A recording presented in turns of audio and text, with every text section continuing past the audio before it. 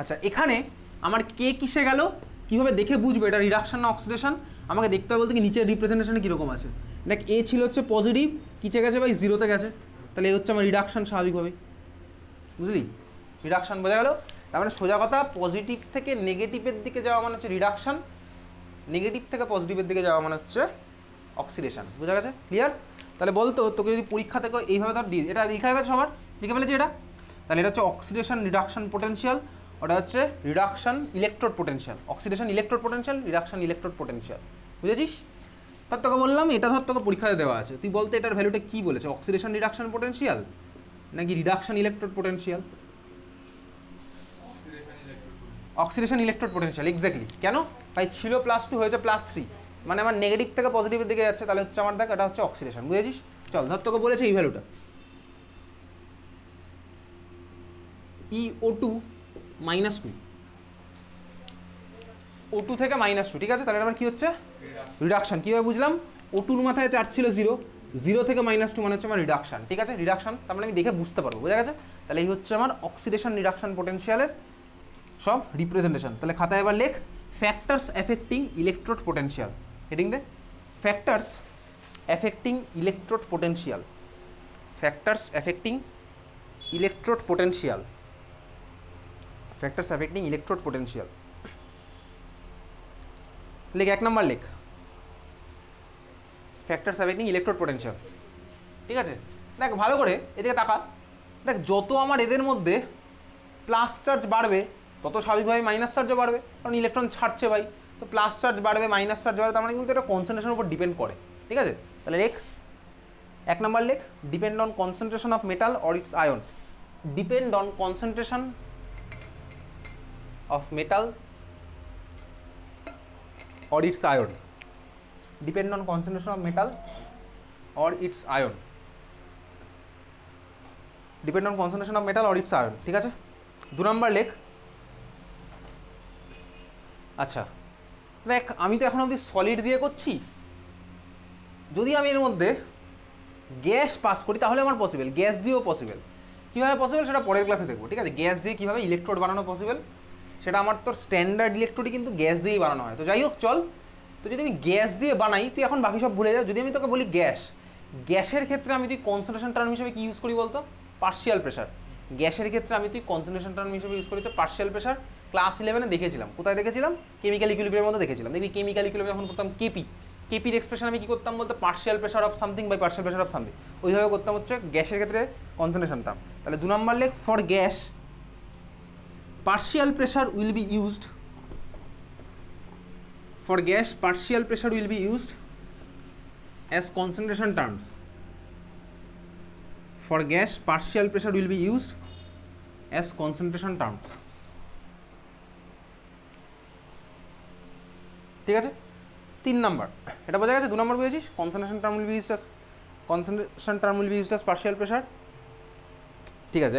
3 নম্বর দেখ তোকে যদি বলি ধর আমার কোনো একটা মেটাল একখানা আয়ন জেনারেট করে, মানে কি বলতো ওই যে আমি প্লাস মাইনাসের যে গ্যাপটা এঁকেছিলাম, তাহলে আমার কোথাও +1 -1 +1 -1 এইভাবে ধর পুরো জিনিসটা জুড়ে চলছে।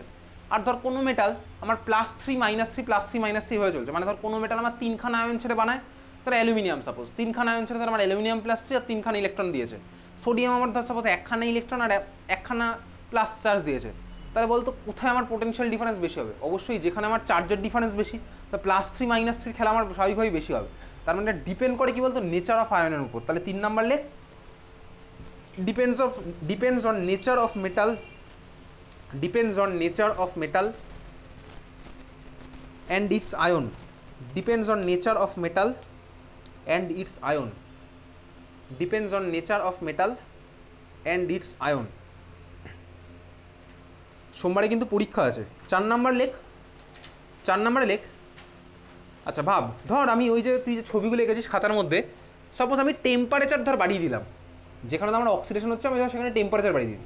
টেম্পারেচার বাড়ালে কী হবে বলতো, টেম্পারেচার বাড়ালে আয়নগুলো তো কাইনেটিক এনার্জি বেড়ে যাবে, কাইনেটিক এনার্জি যদি বেড়ে যায় তার মানে কী হলো বলতো ওই যে প্লাস মাইনাসের যে আমার ইয়েটা তৈরি হচ্ছিলো পোটেনশিয়াল ডিফারেন্সটা, তো আমার তো আয়ন তখন ছুটে বেড়াচ্ছে, যদি ছুটে বেড়ায় তার মানে কী বলতো প্লাস চার্জ তো ভাই এবার ছুটে বেড়াচ্ছে, মানে ডিফারেন্সটা যেটা হচ্ছিলো পোটেনশিয়াল ডিফারেন্স ওটা আমার থাকছে না এক জায়গাতে, বোঝা গেলো।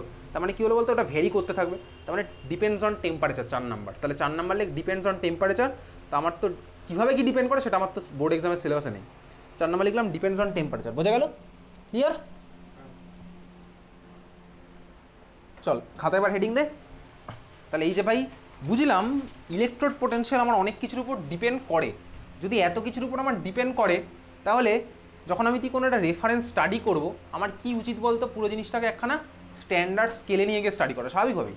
সবার জন্য যদি আমি তোকে বলি, এখন ধর বললাম তুই সাপোজ বললি আমাকে আয়রনের ইলেকট্রোড পোটেনশিয়াল, ও ধর আমাকে বললো হচ্ছে লেডের ইলেকট্রোড পোটেনশিয়াল, কেউ ধর আমাকে বললো ক্রোমিয়ামের ইলেকট্রোড পোটেনশিয়াল। কিন্তু সাপোজ সবাই যদি আমার আলাদা আলাদা কন্ডিশনে মেজার করে তাহলে তো ভ্যালুগুলো আলাদা আলাদা আসবে। তাহলে আমাকে কী করতে হবে, মেজারমেন্টটা সেম কন্ডিশনে করতে হবে। সেম কন্ডিশনে যদি মেজার করি তাহলেই আমার ভ্যালুগুলো সবার ধর আলাদা আলাদা আসলেও আমি তখন কম্পেয়ার করতে পারবো। বুঝতে পেরেছিস? আলাদা আলাদা টেম্পারেচার প্রেশারে ধর হতে পারে আলাদা আলাদা এসছে, কিন্তু আমি তখন সেম টেম্পারেচার প্রেশারে করি তো যদি সেম চলে আসে তাহলে তো আমার কোনো আমি ওখান থেকে কনক্লুশনেই আসতে পারছি না। বুঝতে পেরেছিস? তাহলে আমি যখন করবো আমাকে মেজারমেন্ট কী করতে হবে, একটা স্ট্যান্ডার্ড রেফারেন্সে করতে হবে, স্ট্যান্ডার্ড টেম্পারেচার প্রেশারে করতে হবে। বোঝা গেছে? তাহলে খাতায় হেডিং দেয়, লেখ standard electrode potential, standard electrode potential and IUPAC rule. Standard electrode potential and IUPAC rule. Standard electrode potential and IUPAC rule. Standard electrode potential, ঠিক আছে? তো স্ট্যান্ডার্ড ইলেকট্রোড পোটেনশিয়াল মানে কি বেসিক্যালি, স্ট্যান্ডার্ড ইলেকট্রোড পোটেনশিয়াল মানে হচ্ছে আমি মেজারমেন্টটা standard কন্ডিশনে করবো। এখন স্ট্যান্ডার্ড কন্ডিশন মানে কি? স্ট্যান্ডার্ড কন্ডিশন মানে আমি যে টেম্পারেচারে মেজার করছি ভাই, ইংল্যান্ডে বসে যা আছে সে যেন সেই সেম টেম্পারেচারে মেজারটা করে, সেম প্রেশারে যেন সেও মেজারটা করে। বুঝতে পেরেছিস? তুই এর আগে ক্লাস 9-10-এ পড়েছিলি না এসটিপি, 11-এও পড়েছিস এসটিপি। এসটিপির ভ্যালু কী ছিল বলতো? স্ট্যান্ডার্ড টেম্পারেচার প্রেশারের ভ্যালু কী ছিল? 0 ডিগ্রি সেন্টিগ্রেড, 180 প্রেশার, আর ভলিউমটা কত ছিল বলতো? 22.4 লিটার। এনিওয়েজ এগুলো কার জন্য ছিল? এগুলো ছিল হচ্ছে আমার কার জন্য পড়েছিলাম এগুলো? For gas. আমি তখন গ্যাস নিয়ে ডিল করছি না, আমার এখন চলছে ভাই ইলেকট্রোকেমিস্ট্রি, ইলেকট্রোড। তার মানে কি বলতো, আমার এখানে কিন্তু এখানকার এসটিপিটা আবার আলাদা। তাহলে গ্যাসের যা এসটিপি হবে সবার জন্য পৃথিবীতে এসটিপি সেম সেটা কিন্তু নয়। তাহলে আমি যখন ইলেকট্রোকেমিস্ট্রি পড়ছি এখানকার এসটিপি আলাদা। বুঝেছিস? তাহলে লেখ এখানকার এসটিপিটা লেখ এসটিপিটা কী হবে লেখ, এসটিপি লেখ temperature equals to 25 degree centigrade, temperature equals to 25 degree centigrade. Concentration অবশ্যই হবে একটা সলিউশনের, আমি তো দেখলাম কনসেন্ট্রেশনের উপর ডিপেন্ড করে। তাহলে concentration equals to 1 molarity, concentration equals to 1 molarity. ঠিক আছে? কনসেন্ট্রেশন ইকুয়ালস টু 1 মোলারিটি হয়ে গেছে, লিখেছিস? তাহলে যদি ভাই কনসেন্ট্রেশন 1 মোলারিটি এরকম কোনো স্যাম্পেল, আর ধর আমি টেম্পারেচার 25 ডিগ্রি সেন্টিগ্রেড, এখানে যদি আমি মেজার করি তখন আমার এই ইলেকট্রোড পোটেনশিয়ালগুলোকে আমি কী বলবো বলতো? Standard electrode potential. বোঝা গেল? ক্লিয়ার? তাহলে চল আবার লিখি অক্সিডেশন, এদিকে লিখি রিডাকশন। আগেরটা আমি পড়েছিলাম কি বলতো, যে কোনো র্যান্ডম একটা কন্ডিশনে, আগেরটা পড়েছিলাম যে কোনো র্যান্ডম কন্ডিশনে। এইবার আমি কী করছি, পুরো জিনিসটাকে আমি নিয়ে ফেলেছি হচ্ছে স্ট্যান্ডার্ড ফ্রেমে। তাহলে যদি স্ট্যান্ডার্ড হয়ে যায় তাহলে এখন অক্সিডেশন রিয়াকশান যদি সাপোজ তোকে বলে এরকম, চল আমি একটা সে আগের রিয়াকশানটাই নিচ্ছি। ধর এই রিয়াকশানটা হচ্ছিল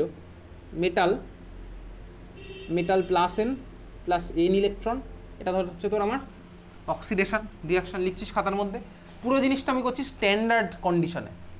তার মানে তখন আমার রিপ্রেজেন্টেশন কী হবে, সেইভাবে হবে। দেখ ভালো করে তাকা, মেটাল প্লাস এন, এটার কনসেন্ট্রেশন কত হয়ে যাবে বলতো? 1 মোলার এক্স্যাক্টলি। তাহলে আমি তখন রিপ্রেজেন্ট করবো কীভাবে? দেখ এদিকে দেখ, m/m+n তো করবোই, ব্র্যাকেটে 1 মোলার তুই চাই লিখতে পারিস, তাহলে নাও লিখতে পারিস। যদি তোকে কোশ্চেন দিয়ে দেয় তাহলে লিখবি, না দিলে লিখবো না। মাথায় দেবো হচ্ছে একটা নট বা 0, এইটা দিয়ে আমার রিপ্রেজেন্ট করা হচ্ছে স্ট্যান্ডার্ড। বোঝা গেল? তাহলে দেখ আগের বার যখন রিপ্রেজেন্ট করেছিলাম তখন কোনো মাথায় 0 দিন। তাহলে E0 মানে হচ্ছে আমার কি বলতো? Standard condition. বোঝা গেছে? চল এবার এদিকে লিখছি রিডাকশন। রিডাকশন আমি নিলাম হচ্ছে এই রিয়াকশানটা, m মাথায় প্লাস এক্স, এর সাথে আমি অ্যাড করছি প্লাস এক্স খানা ইলেকট্রন, আমার তার ফর্মুলা m। তাহলে এটার ক্ষেত্রে আমার রিডাকশন পোটেনশিয়াল কীভাবে লিখবো? স্ট্যান্ডার্ড কেসে এখন চলে গেছে, তাহলে ই থাকবে, নিচে থাকবে কি m মাথায় প্লাস এক্স স্ল্যাশ m। এ তো রিডাকশন কিছুক্ষণ আগে লেখা আমি তুই শিখেছি, মাথায় চলে যাবে হচ্ছে 0। তাহলে এইটা হচ্ছে কি আমার স্ট্যান্ডার্ড অক্সিডেশন পোটেনশিয়াল, আর ওটা হচ্ছে আমার কি স্ট্যান্ডার্ড রিডাকশন পোটেনশিয়াল। বুঝেছিস?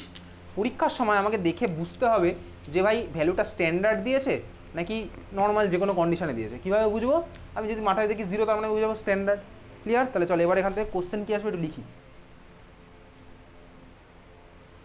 আচ্ছা, স্ট্যান্ডার্ড টেম্পারেচার প্রেশার। এবার দেখ, তোকে সাধারণত গ্যাস দিয়ে বোর্ড এক্সামে কিছু দেয় না। যদি আমার গ্যাস দিত তাহলে পার্শিয়াল প্রেশার কত ধরতাম বলতো? 1 ATM। তাই লিখে রাখতো এসটিপির মধ্যে ওখানে স্ট্যান্ডার্ড যেগুলো লিখেছি না, দুখানা কন্ডিশন লিখেছিলাম, তার মধ্যে একটা 3 নম্বর কন্ডিশন লিখে রাখ, for gas pressure will be 1 ATM। For gas pressure will be 1 ATM। For gas pressure will be 1 ATM। তুই পরীক্ষায় দিয়েছিস না? For gas pressure will be 1 ATM।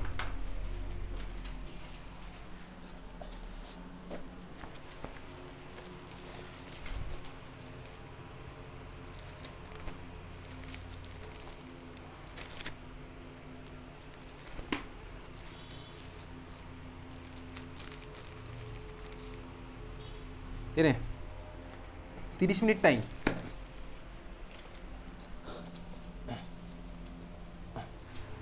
ঠিক আছে, তাহলে হচ্ছে for pressure gas will be 1 ATM। Clear?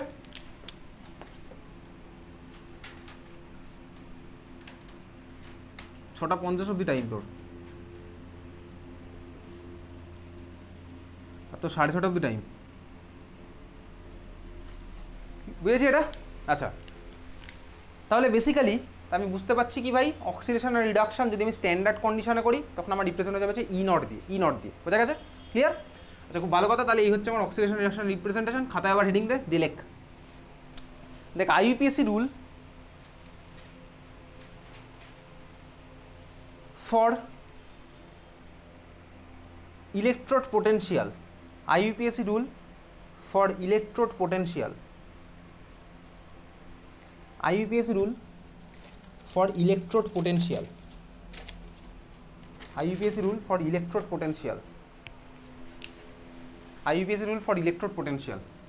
আচ্ছা দেখ, basically IUPAC rule for electrode potential, দেখ যখনই আমি তুই কোনো রিয়াকশান লিখি, এবার একটু এদিকে তাকা, এটা হচ্ছে আমার অক্সিডেশন রিয়াকশান লিখেছিলাম, ওটা হচ্ছে আমার রিডাকশান রিয়াকশান।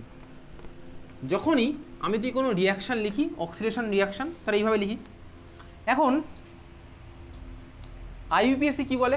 আইইউপিএসসি বলে হচ্ছে ভাই কোনো রিয়াকশান আমি অক্সিডেশনের টার্মে রিপ্রেজেন্ট করতে পারবো না। তার মানে কি?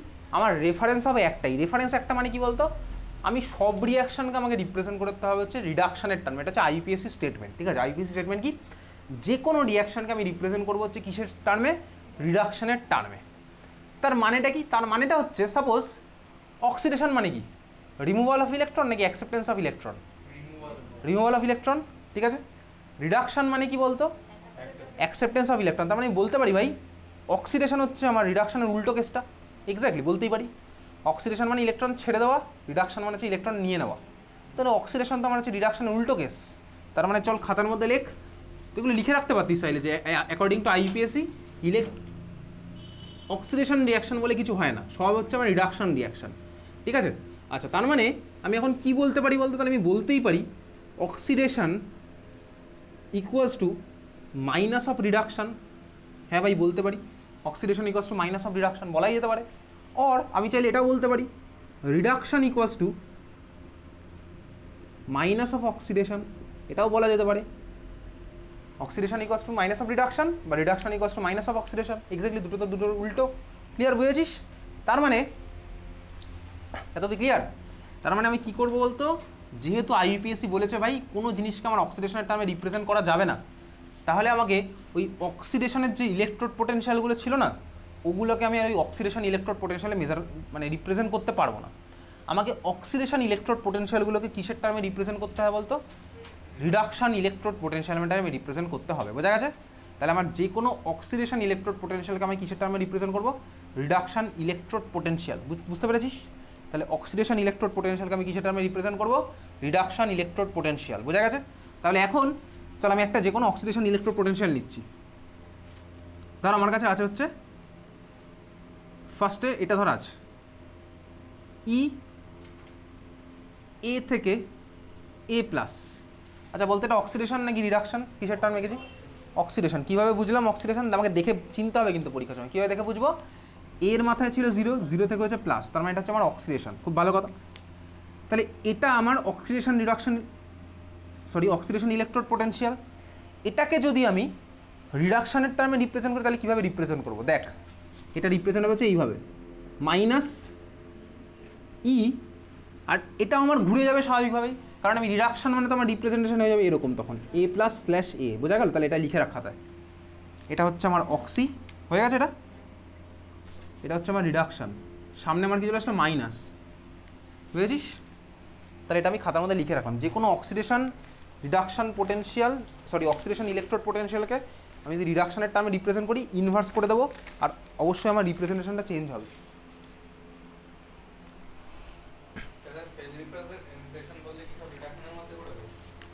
আসছি সেখানে, এটা বোঝা গেছে? তাহলে আমি ইলেকট্রোড পোটেনশিয়াল, হ্যাঁ তাহলে ইলেকট্রোড পোটেনশিয়াল আমার কি হচ্ছে বেসিক্যালি, যদি অক্সিডেশন থাকে আমি ওটাকে ওইভাবে রিপ্রেজেন্ট করবো না, আমার কাজ হবে কীভাবে ওটাকে ঘুরিয়ে রিডাকশনের টার্মে হয়তো রিপ্রেজেন্ট করা। বোঝা গেছে? হ্যাঁ বোঝা গেছে। এখন দেখ ভাই, এটা হচ্ছে আমার কি অক্সিডেশনের টার্মে ছিল, বুঝতে পেরেছিস? ক্লিয়ার? সবার বোঝা গেছে তো? তাহলে কিন্তু আমি অক্সিডেশনের টার্মে কোনো কিছু রিপ্রেজেন্ট করবো না অঙ্ক করার সময়। অঙ্ক করার সময় আমাকে যদি এই ভ্যালু দিয়ে দেয়, আমাকে ঘুরিয়ে এটা করে নিতে হবে, বুঝেছিস? আমাকে যদি অঙ্ক করার সময় এই ভ্যালু দিয়ে দেয়, আমি ঘুরিয়ে এটা করে নেবো। বোঝা গেছে? এটা আমার বেসিক রেসপন্সিবিলিটি। ক্লিয়ার? চল তাহলে এইবারে খাতায়, বোঝা গেছে তো? এটা আমি বুঝে গেছি, লিখে রেখেছিস কোনটা অক্সিডেশন কোনটা রিডাকশন, খাতায় তুই লিখে রাখলি, তাহলে আমি এই রিপ্রেজেন্টেশন ঘুরে যাবে হচ্ছে ওরকম। তাহলে খাতায় আবার চল হেডিং দে, লেখ। এইবারে আমি আসছি হচ্ছে তোর মেন অঙ্ক, সব এখান থেকেই আসে, চল লেখ, হেডিং দে। আচ্ছা, এটা যদি স্ট্যান্ডার্ড হয় তাহলে কী হবে? মাথায় যা 0 হবে, আর তো কিছু নয়, সবই তো একই। ঠিক আছে, চল হেডিং দে, measurement of electrode potential, measurement of electrode potential of the cell, measurement of electrode potential of the cell at standard condition। আজকের ক্লাসে আমি তুই পড়বো হচ্ছে স্ট্যান্ডার্ড কন্ডিশনে, পরের ক্লাসে পড়বো হচ্ছে র্যান্ডম যে কোনো কন্ডিশনে। তাহলে measurement of electrode potential of cell at standard condition, measurement of electrode potential of cell at standard condition, at standard condition, হ্যাঁ টাটা, measurement of electrode potential of cell at standard condition. ঠিক আছে? আচ্ছা, standard condition মানে কি ভাই? ওই যে স্ট্যান্ডার্ড টেম্পারেচার প্রেসারের যে আমার কেসটা ছিল, সেখানে গিয়ে আমি মেজার করছি, তাহলে সেখানে যদি মেজার করি আমি কি করবো বলতো, এবার আমি পুরো সেলের মধ্যে আমি কত অ্যামাউন্টের কারেন্ট পাচ্ছি, বা সেলের মধ্যে বা ওই ভোল্ট মিটার অ্যামিটার যে নড়ছে সেটা হচ্ছে আমার, তাহলে নিশ্চয়ই এটা পোটেনশিয়াল ডিফারেন্স জেনারেট হচ্ছে তো ওভারঅল সেলের মধ্যে, তার জন্যই পাচ্ছি, সেটা ভ্যালুটা কত হবে তার জন্যই আমি এখন দেখবো। ঠিক আছে? আমার কিন্তু এখান থেকে অঙ্ক আসে, বোঝা গেছে? তাহলে চল দেখি, কিছুক্ষণ আগে আমি যে ড্যানিয়েল সেলটা এঁকেছিলাম, সেই ড্যানিয়েল সেলটা আমি আবার আঁকছি। চল, তুই আঁকতে পারিস চাইলে, হ্যাঁ আঁকবি, চাইলে আঁকতে পারিস, তোর ইচ্ছা, না আঁকলেও হবে। এটা হচ্ছে জেডএন, এর মধ্যে আমার আছে হচ্ছে জেডএন এস ওপর, মানে জেডএন প্লাস 2 আছে বেসিক্যালি। এখান থেকে আমি কানেক্ট করে দিলাম, এখানে আমি আছি, কপারের প্লেট ডুবিয়েছি, আর এখানে আমার আছে কপার প্লাস 2। এই হচ্ছে আমার বেসিক্যালি বেসিক ড্যানিয়েল সেলের রিপ্রেজেন্টেশন ছিল এটা, কিন্তু এটা ইনকমপ্লিট রিপ্রেজেন্টেশন হয়েছে। কেন? তার কারণ মাঝখানে আমি সল্ট ব্রিজটা দিইনি, সল্ট ব্রিজ আমাকে তোকে দিতে হবে। এই হচ্ছে আমার কমপ্লিট রিপ্রেজেন্টেশন, মাঝখানে সল্ট ব্রিজ। ঠিক আছে? আচ্ছা, এনিওয়েজ চল, এটা তো না আঁকলে হবে। এখন যেটা তোকে আঁকতে হবে হচ্ছে কি, চল আঁকি। এটা সেল রিপ্রেজেন্টেশনটা কীভাবে হবে? কিছুক্ষণ আগে করেছিলাম, দেখ, Zn slash Zn plus 2 salt bridge copper plus 2 slash copper, এইটা হচ্ছে আমার সেল রিপ্রেজেন্ট। তাহলে তুই চল এখান থেকে শুরু কর, এইটা হচ্ছে আমার সেল রিপ্রেজেন্টেশন। বুঝতে পেরেছিস? হ্যাঁ বোঝা গেছে, এত ক্লিয়ার? চল, হয়ে গেছে সবার এটা? আচ্ছা দেখ, এখন আমি পুরো জিনিসটা মেজার করছি কিসে? স্ট্যান্ডার্ড কন্ডিশনে। স্ট্যান্ডার্ড কন্ডিশনে আমি সেলের ইএমএফটা বার করবো, সেলের ইএমএফ।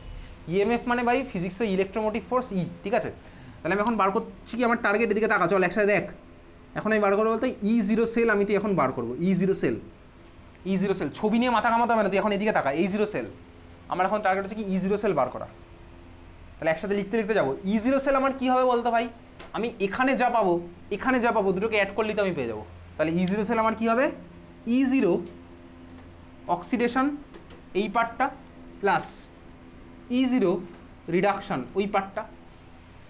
বোঝা গেছে? হ্যাঁ বোঝা গেছে। E0 অক্সিডেশন এই পার্টটা প্লাস E0 রিডাকশান ওই পার্টটা, দুটোকে অ্যাড করলে আমি পেয়ে যাবো কি সেলের E0 ভ্যালুটা। খুব ভালো কথা। E0 অক্সিডেশন, এটা রিপ্রেজেন্টেশনটা কীভাবে হয়? এইভাবে হবে। E0 অক্সিডেশনের রিপ্রেজেন্ট কীভাবে হবে? যখন অক্সিডেশনের টার্মে বলছি, E0 Zn slash Zn plus 2, এইভাবে হবে স্বাভাবিকভাবে। E0 Zn plus Zn slash Zn plus 2 plus E0 রিডাকশনের রিপ্রেজেন্টেশন কীভাবে হবে E0 copper plus 2 slash copper. এত অবধি বোঝা গেছে? এক্স্যাক্টলি ভাই, এটা তো রিডাকশনই সিম্পলি বসিয়ে দিয়েছি, এটা অক্সিডেশন সিম্পলি আমি এখানে বসিয়ে দিয়েছি। এই হচ্ছে আমার এত অবধি বুঝেছি। এইবারে আসছে হচ্ছে আমার আইইউপিএসির জিনিসটা আমি এখানে অ্যাপ্লাই করব। এটা তো ভাই আমার অক্সিডেশন, এটা তো ভাই আমার অক্সিডেশন, আর এটা তো আমার রিডাকশন। খুব ভালো কথা, আমি রিডাকশনের টার্মে তো রিপ্রেজেন্ট করবো সব কিছুকে, তো ওটা তো ঠিক আছে, কিন্তু আমাকে এটা চেঞ্জ করতে হবে। তো এটাকে যদি আমি চেঞ্জ করি তাহলে আমার কী হয়ে গেল, এটাকে আমি কী লিখবো মাইনাস E0, নিচেরটাও যাবে ঘুরে Zn প্লাস 2 স্ল্যাশ Zn, নিচেরটাও যাবে ঘুরে, প্লাস বাকি যে পার্টটা ছিল আমার থাকলো E0 copper plus 2 slash copper. বোঝা গেছে? হ্যাঁ বোঝা গেছে। আমি এটা আইইউপিএসের রুলটা অ্যাপ্লাই করলাম, করে আমি এখন কী করেছি দুখানা রিডাকশনের টার্ম আমি নিয়ে চলে এসেছি। ফার্দার এই লাইনটাকে আমি আবার লিখছি, এদিকে জায়গা নেই বলে নিচে কী লিখছি, এটাকে কী লিখতে পারি E0 সেল ইকুয়ালস টু, আমি জাস্ট প্লাসটাকে সামনে আনলাম, তাহলে আমার কী হয়ে গেল E0 copper plus 2 slash copper minus E0 Zn plus 2 slash Zn। ঠিক আছে, E0 copper plus 2 slash copper, E0 Zn plus 2 slash Zn। তার মানে দেখ ভাই, আলটিমেটলি আমি সবকটাকে রিডাকশনের টার্মেই রিপ্রেজেন্ট করেছি, কিন্তু সবকটাকে আমি রিডাকশনের টার্মেই রিপ্রেজেন্ট করেছি, তাই না? এক্স্যাক্টলি সবকটাকে রিডাকশনের টার্মেই রিপ্রেজেন্ট করেছি। আর ভালো করে দেখ, এদিকে তাকা, তাহলে E0 সেল ইকুয়ালস টু আমার কী হলো বলতে, এবার একটু দেখ E0 সেল ইকুয়ালস টু আমার কী হয়েছে ভালো করে দেখবি, ইন টার্মস অফ রিডাকশন আমার সব রিপ্রেজেন্ট হয়েছে, ইন টার্মস অফ রিডাকশন, এটাই তো আমার দরকার, আইইউপিএসি বলেছে, আমি ভেবে করছি। তাহলে E0 সেল ইকুয়ালস টু আমার কী হলো বলতো, E0 of right hand side, exactly এটা তো আমার রাইট হ্যান্ড সাইডে ছিল, ইন টার্মস অফ রিডাকশনে চলছে সব কিছু, E0 in terms of reduction right hand side minus E0 in terms of reduction left hand side, তাই না? আমার তাই তো হলো, পুরোটাই আমার কিসের টার্মসে হচ্ছে, ইন টার্মস অফ রিডাকশন। তাহলে E0 সেল ইকুয়ালস টু আমার কী হলো বলতো, in terms of reduction E0 RHS minus E0 LHS in terms of reduction. বোঝা গেল? তাহলে এই হচ্ছে ফর্মুলা, এটা দিয়ে আমি অঙ্ক করব। কি ফর্মুলা লিখে রাখি, E0 সেল ইকুয়ালস টু কি E0 RHS minus E0 LHS, পুরোটা হচ্ছে কিসের টার্মে, in terms of reduction, in reduction term, in reduction term. ঠিক আছে, বোঝা গেছে? তাহলে এই ফর্মুলা বক্স করে রাখ, এটা দিয়ে আমার সব অঙ্ক এটা দিয়ে হবে। E0 cell equals to E0 RHS minus E0 LHS in terms of reduction, E0 cell equals to E0 RHS minus E0 LHS in terms of reduction. বোঝা গেল? ক্লিয়ার? তাহলে E0 RHS minus E0 LHS clear, E0 cell equals to E0 RHS minus E0 LHS in terms of reduction. RHS LHS আমি কিসের টার্মে বলছি, sell রিপ্রেজেন্টেশনে, তাই না? Sell রিপ্রেজেন্টেশনে salt ব্রিজের বাঁ দিকে যে আছে সে হচ্ছে আমার কি, অবভিয়াসলি LHS, সল্ট ব্রিজের ডান দিকে যে আছে সে হচ্ছে আমার RHS। পুরোটাকে আমি কিসের টার্মে করলাম বলতো, রিডাকশনের টার্মে। বোঝা গেছে? তাহলে E0 cell equals to E0 RHS minus E0 LHS। ঠিক আছে, বুঝেছিস? আচ্ছা, এখন দেখ, আমি এটাকে চাইলে ক্যাথোড অ্যানোডও বলতে পারি স্বাভাবিকভাবেই। কেন? কারণ আমি তুই এই ক্লাসের শুরুতেই দেখেছিলাম গ্যালভানিক সেলের জন্য আমি লোন বলেছিলাম, লেফট অক্সিডেশন অ্যানোড। তাহলে LHS মানে তো আমার অ্যানোড, আর RHS মানে তো আমার ক্যাথোড। তো চাইলে তুই এটাকে E0 ক্যাথোড মাইনাস E0 অ্যানোডও বলতে পারিস। বেটার হচ্ছে আমি এইভাবে রিপ্রেজেন্ট করে অঙ্ক করবো। বোঝা গেল? তাহলে E0 cell equals to E0 RHS minus E0 LHS। Clear? বুঝেছিস? তাহলে পরীক্ষায় যখন লিখবো তখন আমি আর RHS LHS লিখবো না, আমি ডাইরেক্ট রিডাকশনের টার্মে ভ্যালুগুলো বসাবো, মানে এই ফর্ম্যাটে লিখে আমি অঙ্ক স্টার্ট করবো। বুঝেছিস? এই ফর্ম্যাটে লিখে আমি অঙ্ক স্টার্ট করবো, এইভাবে লিখে আমার অঙ্কটা স্টার্ট হবে। E0 সেল ধর তোকে বার করতে বললে পরীক্ষার সময়, তোকে ধর পরীক্ষাতে এটার ভ্যালু দেওয়া আছে, এটার ভ্যালু দেওয়া আছে, আমি মাইনাস করে বার করবো। বুঝেছিস? স্বাভাবিকভাবে কোনটা থেকে কোনটা মাইনাস করবো, RHS minus LHS in terms of reduction. তাহলে চল অঙ্ক শুরু করি। ফার্স্ট কোশ্চেন লেখ,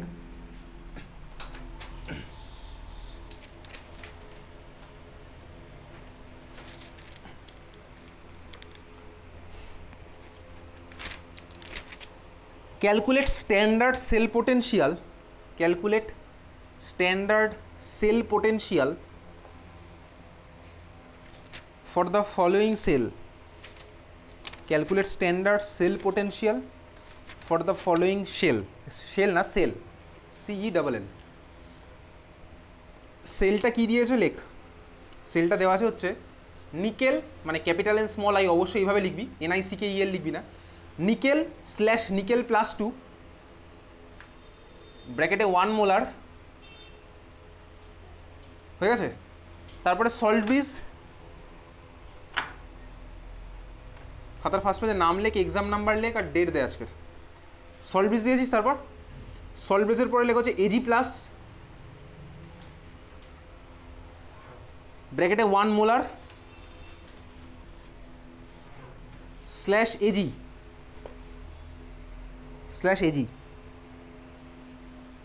ঠিক আছে, এটা হচ্ছে সেল রিপ্রেজেন্টেশন হয়ে গেছে। আচ্ছা কী কী ভ্যালু দেওয়া আছে? ভ্যালু দেওয়া আছে হচ্ছে লেখ, তোকে দেওয়া আছে হচ্ছে E0 লেখ, given E0 nickel slash nickel plus 2, E0 nickel slash nickel plus 2 equals to 0.25 volt, E0 nickel slash nickel plus 2 equals to 0.25 volt, and E0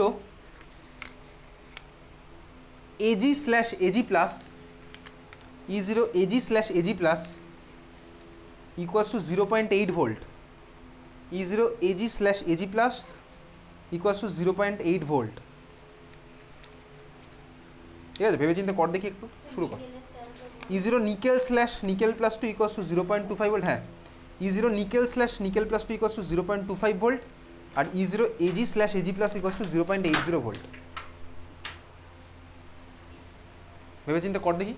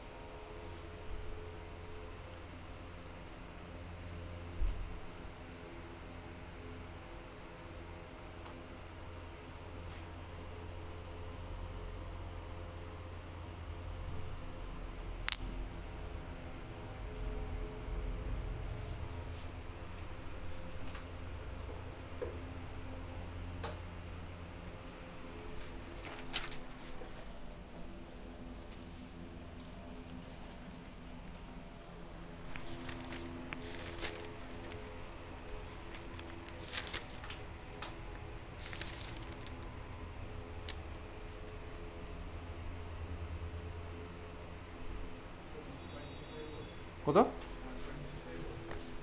1.35।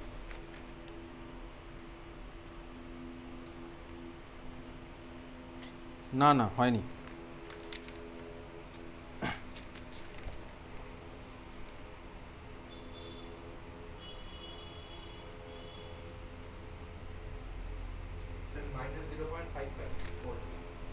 -0.55 হয়নি, প্লাস 0.55। কত ভ্যালু দেওয়া আছে? নিকেল প্লাস 2 নিকেল কত দেওয়া আছে কোশ্চেনে? নিকেল নিকেল প্লাস কত দেওয়া আছে? 0.25। অ্যান্সার কত আসছে? -0.5। তোর কত এসছে? -0.55টা হবে। তোর কত এসছে? +0.55 হয়নি। তোর কত এসছে? 1.35 হয়নি।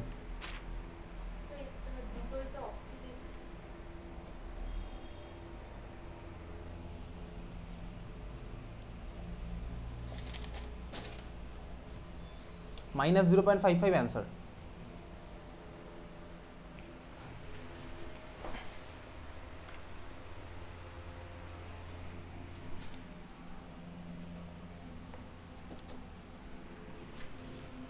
আচ্ছা চল শুরু করি। কীভাবে করব? ফার্স্টে সেল রিপ্রেজেন্টেশন দেখি। কী দিয়েছে সেল রিপ্রেজেন্টেশনটা? Nickel slash nickel plus 2 AG plus slash AG, তাই তো? এটা দেওয়া আছে, এটা দেওয়া আছে তো সেল রিপ্রেজেন্টেশন। আমাকে বার করতে হবে E0 সেল। খুব ভালো কথা। তো E0 cell in terms of reduction বার করতে হবে। আলটিমেট টার্গেট কি আমার? ইন টার্মস অফ রিডাকশন বার করা। এটা হচ্ছে RHS, এটা হচ্ছে আমার LHS, কিন্তু এটা LHS আমার হচ্ছে অক্সিডেশনের টার্মে যখন সেল রিপ্রেজেন্টেশন থাকে, এটাকে ঘুরিয়ে আমায় রিডাকশনের টার্মে করে নিতে হবে। তাহলে E0 সেলের এদিকে তাকা, E0 সেলের রিপ্রেজেন্টেশনটা কীভাবে হবে দেখ, এদিকে পরে লিখবি। E0 RHS in terms of reduction, এটা তো রিডাকশন অলরেডি আছেই, তাহলে এটা হয়ে যাবে E0 AG plus slash AG minus E0 LHS in terms of আবার রিডাকশন, কিন্তু এটা তো আছে অক্সিডেশন, তাহলে ঘুরিয়ে দিতে হবে এটাকে। তাহলে E0 এটা কী হয়ে যাবে? NI plus 2 slash NI। এইবার আমি দেখি কোশ্চেনে কি আমার এই দুটোর ভ্যালু দেওয়া আছে এক্স্যাক্টলি। আচ্ছা, কোশ্চেন আমার ফার্স্টে কিসের ভ্যালু দেওয়া আছে, কিসের ভ্যালু দেওয়া আছে? E0 ni slash ni plus 2 কত দেওয়া আছে? 0.5 ভোল্ট, 0.25 ভোল্ট। তার মানে E0 ni প্লাস 2 ni কত হয়ে যাবে? Minus 0.25 volt. বোঝা গেছে? বুঝেছিস? E0 ni slash ni plus 2 হচ্ছে 0.25 ভোল্ট। তাহলে E0 ni plus 2 slash ni কত হয়ে যাবে? Minus 0.25 volt. খুব ভালো কথা। তাহলে আমি বুঝলাম কি এইটার ভ্যালু হচ্ছে মাইনাস 0.25, মাইনাস 0.25। ঠিক আছে, আগে একটা মাইনাস সাইন আছে, ওটা আলাদা ব্যাপার। মাইনাস মাইনাস 0.25 হবে। E0 এজি প্লাস এজি, তোর কোশ্চেনে E0 কী ভ্যালু দেওয়া আছে? এজি স্ল্যাশ এজি প্লাস দেওয়া আছে, তাই না? এটার ভ্যালু কত দেওয়া আছে? 0.8 ভোল্ট। তাহলে আমার তো চাই ভাই এজি প্লাস এজি, তার মানে এটাকে ঘুরিয়ে দিতে হবে আবার। তাহলে E0 এজি প্লাস এজি আমার কী হয়ে যাবে? Minus 0.8 volt. তাহলে আমি চল ভ্যালু বসাচ্ছি এখানে। এটার ভ্যালু কত বসলো? মাইনাস 0.8, মাইনাস একটা আছে, তারপরে এটার ভ্যালু কত হচ্ছে? Minus 0.25 volt. তাহলে কত হবে? মাইনাস 0.55। 50 থেকে 25 বাদ, 80 থেকে 25 বাদ দিলে 55, 55। তার মানে মাইনাস 0.55 ভোল্ট অ্যান্সার। বুঝতে পেরেছিস? এই ধরনের কোশ্চেন তোর পরীক্ষাতে আসে। আজকে আমি করছি স্ট্যান্ডার্ড কন্ডিশনে। দেখ, এই কোশ্চেনটাতে তোকে বলে দিয়েছিল না নিকেল প্লাস টুর কনসেন্ট্রেশন 1 মোলার বলে দিয়েছিল তো, এজি প্লাসের কনসেন্ট্রেশন 1 মোলার বলে দিয়েছিল। তোকে যদি এটা নাও বলে দিত না স্ট্যান্ডার্ড, তোকে বুঝে নিতে হতো ভাই, এই কনসেন্ট্রেশনটা থেকে তোকে বুঝে নিতে হতো।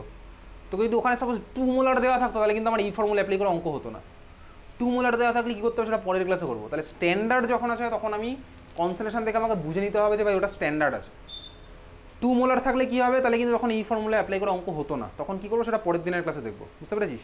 তখন নানস্ট ইকুয়েশন অ্যাপ্লাই হবে। এনিওয়েজ, তাহলে এই হচ্ছে আমার স্ট্যান্ডার্ড কন্ডিশন। আমি বুঝছি কী করে স্ট্যান্ডার্ড, কনসেন্ট্রেশন দেখে আমি বুঝে গেলাম হচ্ছে স্ট্যান্ডার্ড। বুঝা গেছে? চল পরের কোশ্চেন লেখ।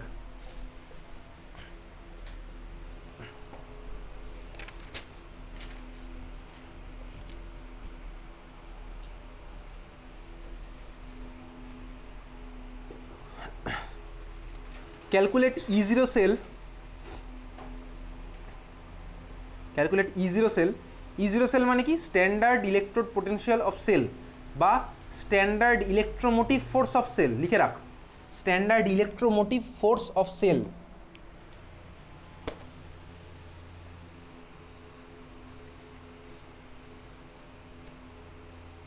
For Daniell cell, for Daniell cell, ঠিক আছে, ফর ড্যানিয়েল সেল।